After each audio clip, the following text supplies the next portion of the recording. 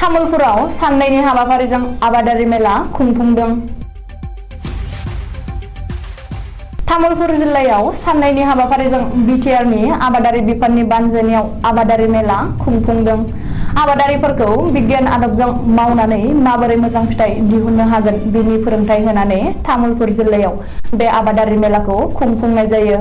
BTR आबाद बिफाननि मावफुंगिरि सोद्रोमा खोनसायाम दासआ बुंथियो दि जायफोर सुबुंफोरा आबादारिफ्रा एम्फौ जानायजों खहा जालांदों एबा बेराम नांदों बिथांमोनहा जिल्लानि आबादारि मावखुलियाव फैनानै थोंजों जगाजग खालामनो नांगौ आरो माइ आबादफोरा गाज्रि जालांनायफोरखौ होबथानो मुलि होनाय आरो भिटामिन होनायनि राहा खालामनाय जायो।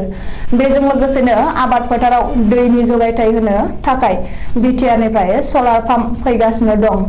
बेखौ साबसिडि होननानै आबादारिफ्रा मावफुंनानै लानो नांगौ होननानैबो फोरमायथियो। बेनि अनगायैबो बिटिआरनि मावफुंगिरि सोद्रोमा रनेन्द्र नार्जारियाबो जाफुंसार आबाद मावनो हानाय बायदि गोबां मेहेरगोनां बाथ्राफोरखौ मेलनि गेजेरजों बुंथियो।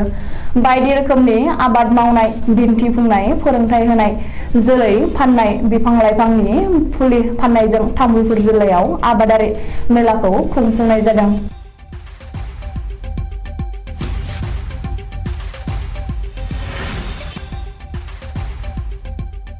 শিক্ষকসকল মই ধন্যবাদ জনাইছোঁ যে তেওঁলোকে যে একত্ৰিত হৈ আহি শিক্ষা গ্ৰহণ কৰি আছে আৰু লগতে তেওঁলোকে নিজে চাইছে কেনেকৈ কি আমাৰ প্ৰদৰ্শনী আহিছে, প্ৰদৰ্শনী কেনেকৈ কি ধান ৰুব পৰা মেচিন চাইছে, ধান কেনেকৈ কাটে আৰু হাল কেনেকৈ বায় সকলোখিনি আমাৰ আছে ৰোপণ কৰা মেচিন আমাৰ ইয়াতে প্ৰদৰ্শনীৰ কাৰণে আহিছে।